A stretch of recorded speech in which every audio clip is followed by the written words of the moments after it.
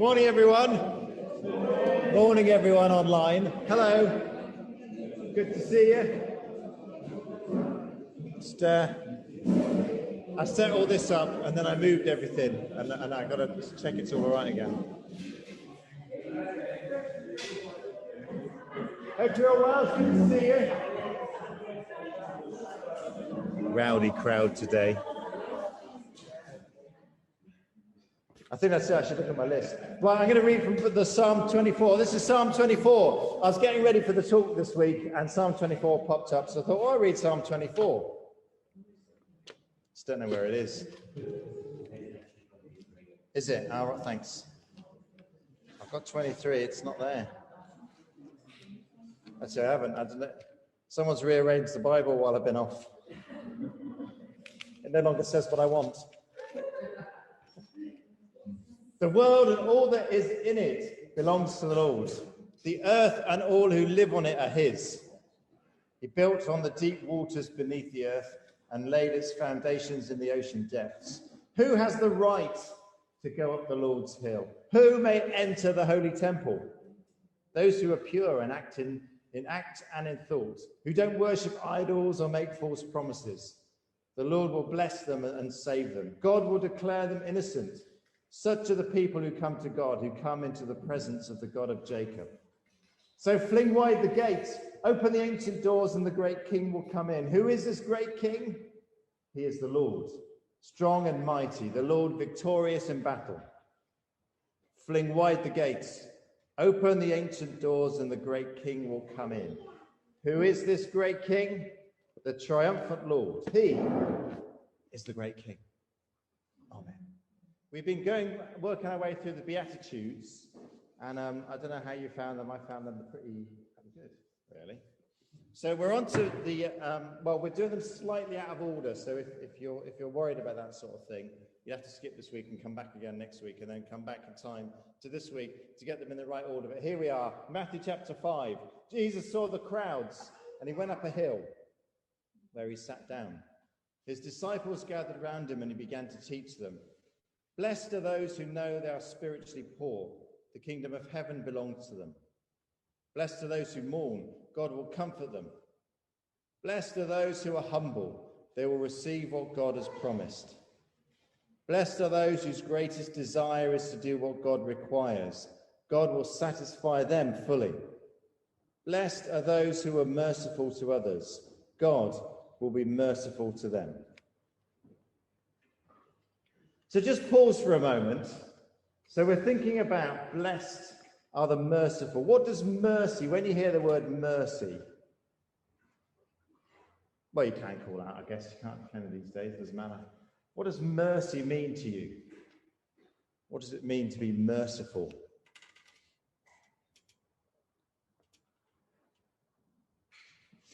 So far in the last three Beatitudes we've done, we've been awash with grace. We've had blessed are the poor, blessed are the humble, and blessed are, what was the other one? Mourn, that's it. Yeah, blessed are those who mourn. They've been full of grace, haven't they? And this one, I think, is just the same. Mercy is an outworking of grace. So the question is, I think, like with all these things, is how do we live it? Who needs mercy in our world? Who needs mercy? Is it people who've done wrong or who've made mistakes? Is it people who are hungry or ill or struggling? Is it people who have little or no opportunity? Is it people who are vulnerable? Is it people who are refugees or oppressed? People who are on the edge in some way? Are these the people that need mercy? I mean, they're quite general, I guess, categories. You know, people who are ill, that covers quite a range of people. But our faith is meant to be very hands-on, isn't it? These kind of warm, fuzzy categories are nice. But Jesus showed that our faith is actually the reality of life. So what about real people with all of their quirks and their flaws and their messy lives? Where in our world exactly do people need mercy? Because you can think about places there, the developing countries where you see documentaries, don't you, on the news where people are actually starving. Places where there's wars going on. places that need international support and development. I'm looking at you, the government, cutting development aid and development support. These places internationally need help, not to be told to stew in their own juice. And that's partly because it's not that simple, because the juice that they're stewing in very often is a direct result of European intervention, which is a polite word for colonization. But in the past, we've gone over and kind of messed up countries, and then we leave them and say, why can't they just sort that out now? It's like, well, actually, but it gets messier and it gets closer to home. Because if the poor and oppressed need mercy, who is that? Is it kids who are underachieving educationally, despite government reports that try and divide people and set people against one another? The fact remains that here in our area, like at other similar places, our kids don't always get the opportunities that they should. And here we go, here's another trigger phrase. Things like Black Lives Matter. If one group in our society is being oppressed, is being treated differently, is being treated unfairly for whatever reason, then that group needs mercy. It doesn't need arguing and distraction and, well, what about them and what about that? If there's something going wrong here, that group needs mercy. We don't need white people making excuses to justify or play it down. They simply need mercy, and mercy means, in biblical terms, justice and fairness and grace. Women's rights, they're another area where mercy is needed. When we see women treated differently, we need mercy in those situations. Homelessness and lack of equity in healthcare, unemployment, low wages, I could go on. But we often think that this mercy thing is nothing to do with justice, when actually it is about transforming the world that we live in. We all know the list of what's wrong with the world. We've all got our own favourite list, our favourite top 10 of what's not right with the world. And we all have our views on whether that's deserved or not.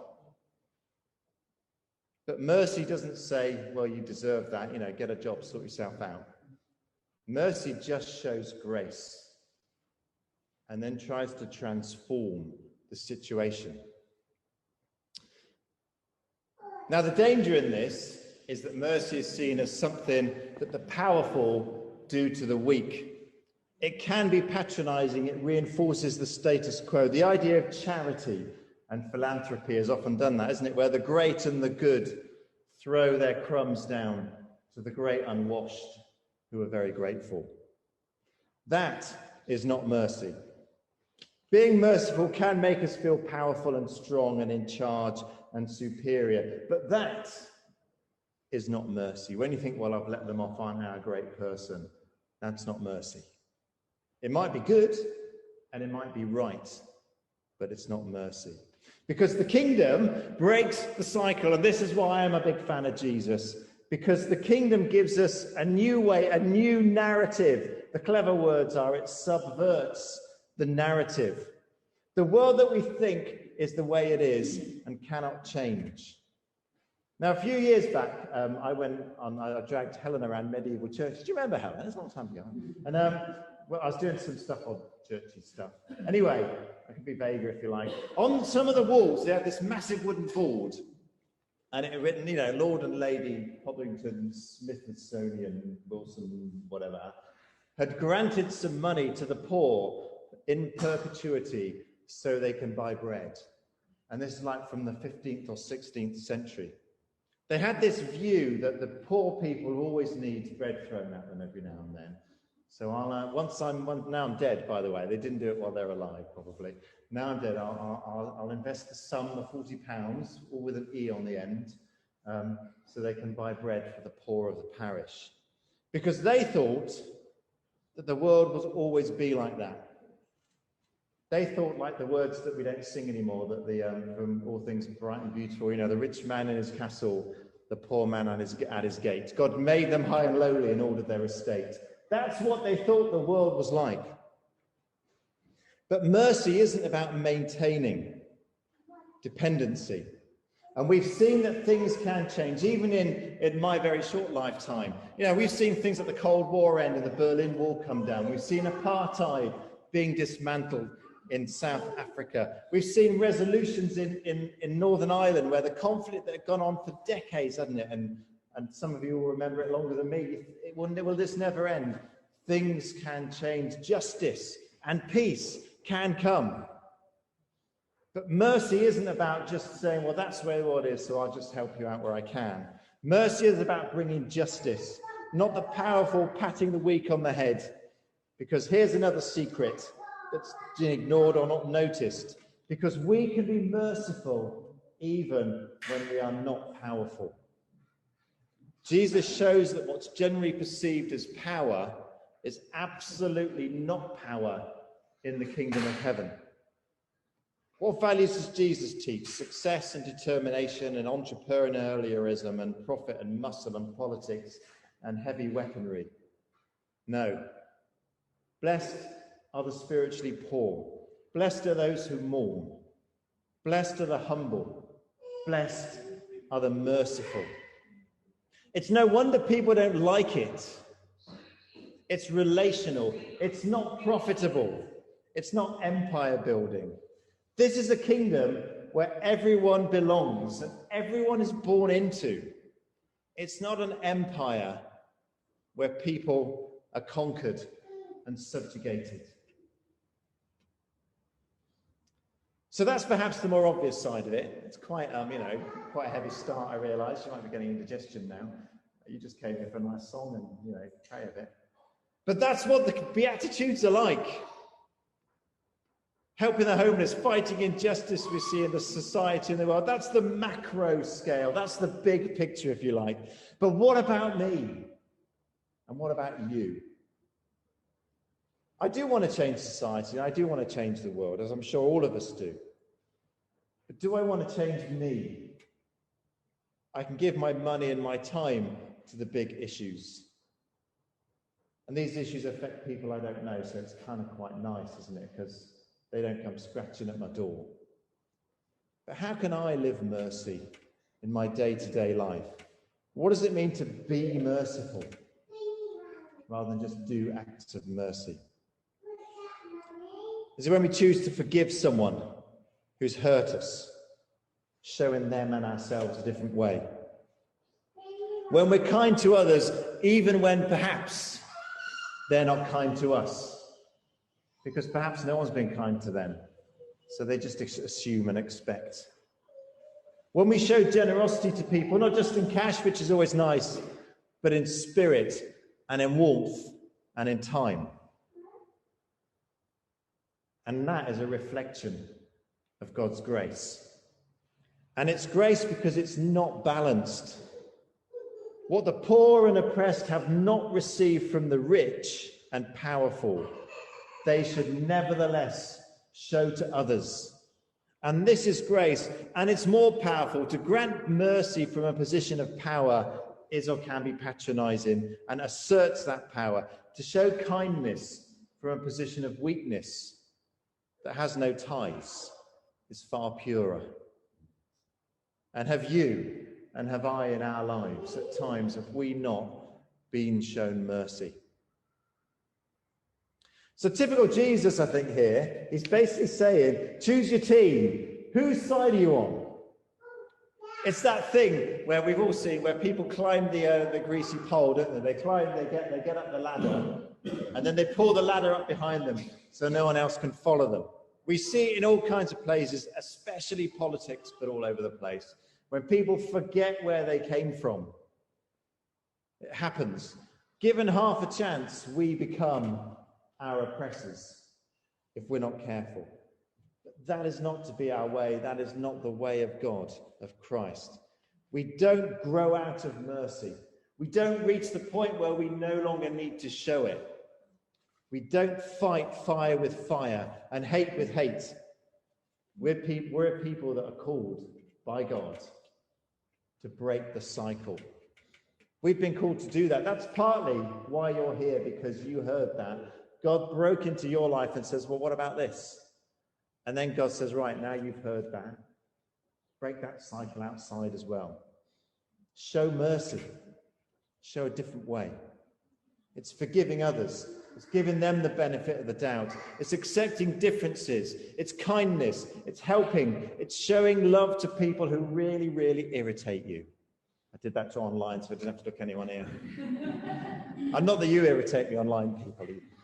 It's about welcoming the outcast and the lonely. It's about liking, as best you can, the unlikable. And here's the thing, because true mercy arises out of our own sense of need for mercy. It's so linked to blessed are the meek. Now, you might feel this one doesn't really apply to me, because I'm not in control, I'm not powerful, I don't really, I'm independent most of the time. I don't, it's for other people, isn't it, this one, the mercy one, I'm all right. But we do, because we do need people to show us mercy as well. And what is mercy other than grace and forgiveness and love and tenderness and kindness? So God save me, not just from others, but from myself, my own inner harsh critic. Show me mercy when I only see hate and fear inside, when I slip and lose sight of the kingdom of light. Show me mercy. Treat me kindly.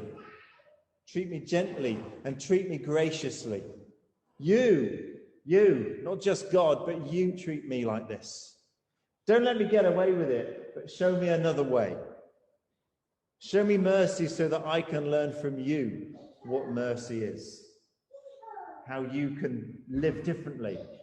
Because if I see you living differently, I know that I can as well, because we're all the same here. When the light shines through your imperfections and my imperfections, well, then we see so much more. Show one another mercy here, your friends and your neighbours and your sisters and brothers here. That's why we're called here, to remind one another, to let the light shine out of our brokenness. If only we could live the Beatitudes. Shall we try? It's the harder path, and I'm sorry about that. I wish it was easy. Because it requires strength and self-control and discipline and courage and trust and true sacrifice. You need it. I need it. Maybe not right now, but you need mercy as much as the next person. You need to be accepted and loved and embraced and to belong. Here's how Jesus told this beatitude in a slightly different way. A bit later on, this is in Matthew 18. Peter came to Jesus and asked, Lord, if my brother keeps on sinning against me, how many times do I have to forgive him? 7. Not 7 times, answered Jesus, but 70 times 7. Because the kingdom of heaven is like this. Once there was a king who decided to check on his servants' accounts. He'd just begun to do so when one of them was brought in who owed him millions of pounds. The servant didn't have enough to pay his debt, so the king ordered him to be sold as a slave with his wife and his children, all that he had, in order to pay the debt. The servant fell on his knees before the king. Be patient with me, he begged, and I'll pay you everything. The king felt sorry for him, so he forgave him the debt and let him go. Then the man went out and met one of his fellow servants who owed him a few pounds. He grabbed him and started choking him. Pay back what you owe me, he said. His fellow servant fell down and begged him, be patient with me and I'll pay you back. But he refused. Instead, he had him thrown into jail until he should pay the debt. When the other servants saw what had happened, they were very upset and went to the king and told him everything. So he called the servant in. You worthless slave, he said, I forgave you the whole amount you owed me just because you asked me to. You should have had mercy on your fellow servant, just as I had mercy on you. The king was very angry and sent the servant to jail to be punished until he should pay back the whole amount. And Jesus concluded, that's how my Father in heaven will treat every one of you, unless you forgive others from your heart. Sorry, it's not very easy. You can ignore this one if you want, but it's key. If you want to live in the kingdom and you want to live like Christ. Blessed are the merciful, they shall receive mercy. And remember, these words have been deliberately misinterpreted to undermine them. Merciful doesn't mean being weak or a doormat, just as being meek doesn't. Mercy doesn't mean becoming your enemy, not becoming hateful in the face of hate, not becoming cruel in the face of cruelty. But it has a price. Mercy has a price, as do all the Beatitudes. What's the alternative? Either way, the price is your heart. And this is a great, forgive my mixing of religions, this is a great karmic statement that's echoed through the whole Bible. You reap what you sow. How you measure is how you will be measured. If you end up twisted and angry, well, just be careful and remember mercy. Remember grace. Remember the kingdom. Remember how God views you. I'm going to shut up in a minute, but I'm quite finished. Because you need to remember how God views you, not how others. God views you with mercy and with love and with grace. Reflect that. Don't reflect what other people see you like. Because you stand with me in need of God's mercy and forgiveness. Because blessed are the merciful, they shall receive mercy. Amen. I'm going to start.